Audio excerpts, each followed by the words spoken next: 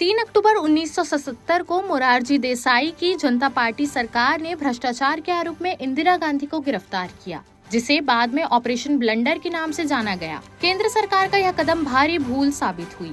जब इंदिरा गांधी को कोर्ट में पेश किया गया तो उनके खिलाफ कोई सबूत नहीं मिला।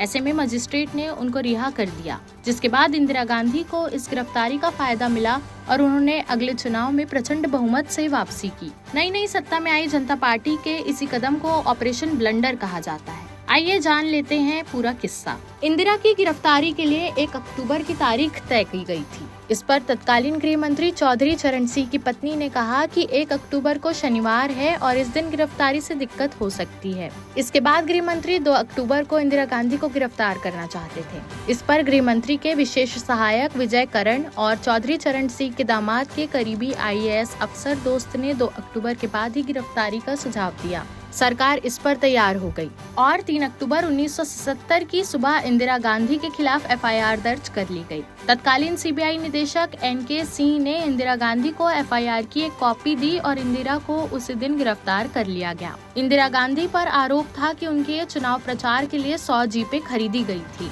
जिसमें भ्रष्टाचार हुआ था। कहा गया कि ये जीपें उद्योगपतियों के पैसों से खरीदी गई थी और सरकारी धन का भी दुरुपयोग हुआ था। इस मामले में FIR दर्ज कर इंदिरा गांधी को गिरफ्तार किया गया। प्लान के अनुसार इंदिरा गांधी को गिरफ्तार कर बड़कल लेक गेस्ट हाउस में रखा जाना था, पर किसी कारण उनको वहां नहीं ले जाया जा सका, जिसके चलते इंदिरा गांधी को रात में किंग्सवे कैंप पुलिस लाइन के गैजेटेड ऑफिसर्स मेस में ले जाया गया। गिरफ्तारी के बाद इंदिरा गांधी को 4 अक्टूबर को कोर्ट में पेश किया गया, लेकिन उनके खिलाफ कोई ठोस सबूत नहीं होने के कारण कोर्ट ने उन्हें तुरंत रिहा कर दिया, जिससे जनता पार्टी की छवि को नुकसान हुआ और इंदिरा गांधी की लोकप्रियता बढ़ गई। इंदिरा गांधी की गिरफ्तारी की एक वजह आपातकाल को भी बताया जाता है। एक विचार यह भी है कि चूंकि आपातकाल के दौरान हुए नाइंसाफी और अत्याचार के कारण इंदिरा गांधी को लेकर जनता नाराज थी। कई नेताओं को जेल भी भेजा गया था, जिससे उनमें गुस्सा था। ये नेता चाहते थे कि इंदिरा गांधी को जेल भेजा जाए।